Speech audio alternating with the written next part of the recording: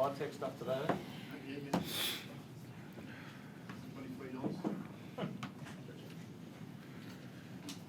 Nine. Thanks, Josh. No joke, we just start with your assessment. That must be a little bit frustrating. Yeah, that's what I mean, obviously. Yeah, the scoreline. The scoreline is the scoreline, but the performance is what we really need to focus on and try to get a number of the elements more competitive, I guess. I thought from most of the collision areas, all of the collision areas really, we struggled from the breakdown. They got some early traction through their scrum penalties. The line out, I felt we defended the line out more reasonably well in the first half and kept them off our line, which was a big focus area for us. So that was positive. The one they did get with the aerial transfer, I felt we probably should have done better. We kind of anticipated it, but didn't deliver the defence that we were looking to deliver. They don't give you a lot of breathing space.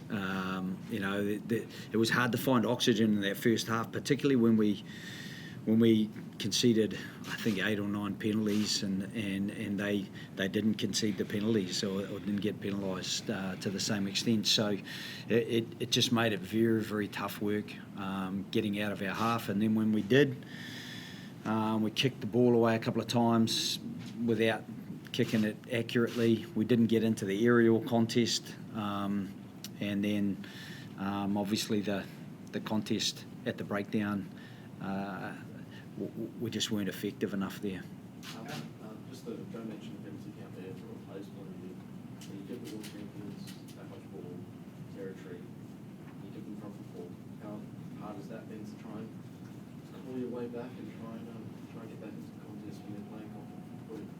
Yeah, it's certainly tough. And the scoreboard showed that in the first half. And it's going to be a tough learning for us, but understanding that you can't give them an out or an easy out, and as our coach mentioned, they put us under pressure at set piece and then came to our multi-phase attack and they were pressing our breakdown, so we probably can't afford, our learning is we can't afford to give them those moments back to back, so that's what made it tough to get out of our half. Alan, you're the coalface of those scrums. Do you think the penalty count was reflective of the contest? It was certainly tough, and we knew, what was coming. For us, I think, we built as the game went on, but, you got to be able to face that and be better right from the start, especially technically. So it's an area of our game that the front row will look at, make sure that we're better for next week. Joe, did you get a perspective that that's the world's best team? They're the world number 1 team. You get a perspective of the players, get a perspective of where you're at? Yeah, you do. That's probably a benchmark for us. We've had 3 tests prior to that, but that's really a starting point up against the really big boys. And they, I think I said during the week, they're at a different sort of stage of their evolution. They have so much experience, some very mature players who've played at the very top level for a long time and very successfully. So we have quite a youthful side and a side that are still coming together, but we've got to come together better than we did today, and we've got to accelerate some of the learning.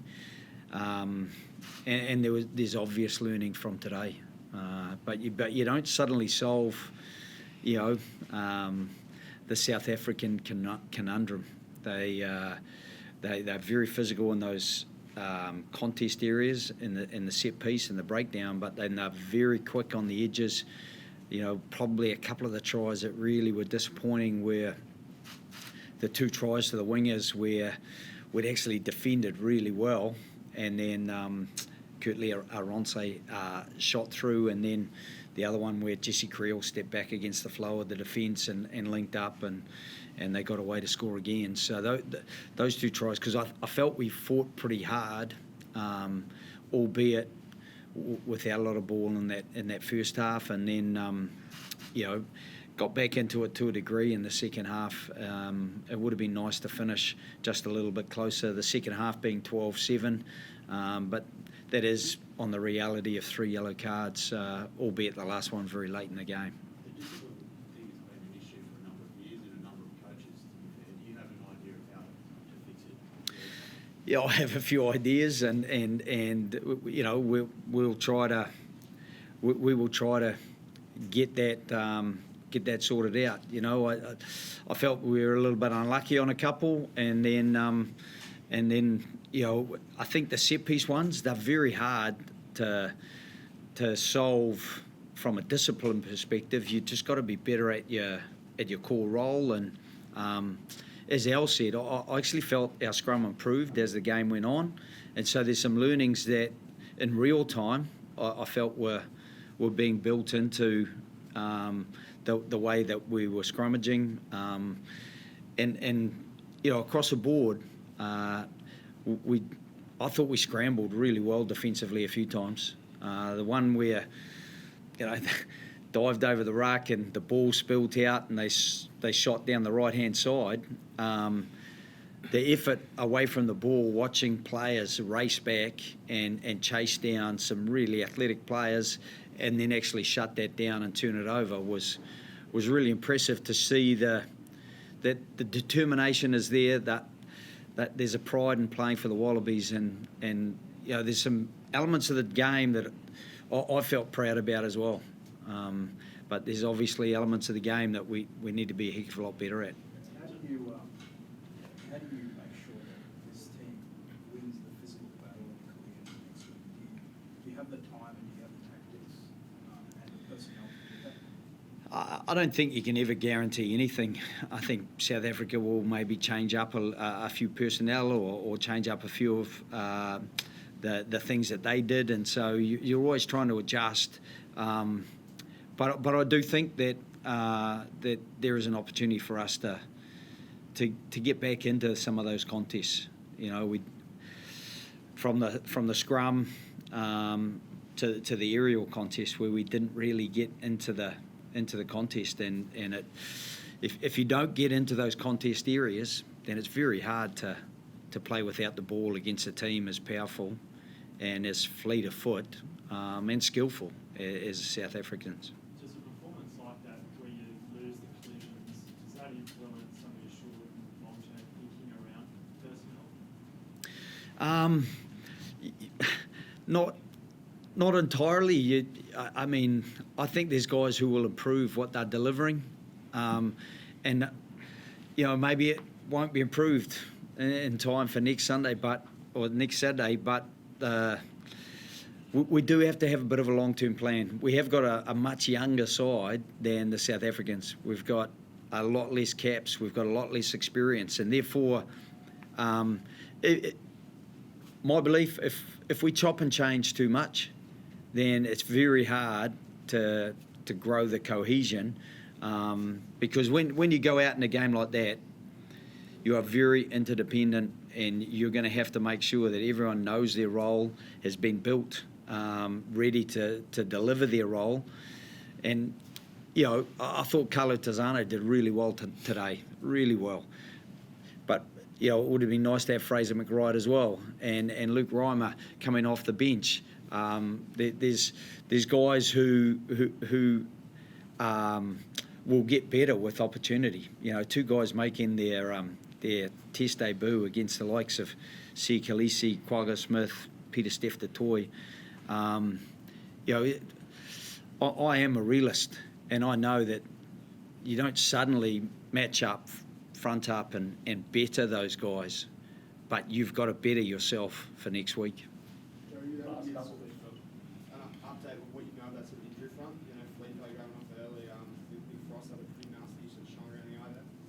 Yeah, Nick's was he split his eye, and it was quite a bad laceration. So his eye, you know, it's almost closed over at the moment, which affects your vision. He also took a bit of a knock at one stage, so he was off.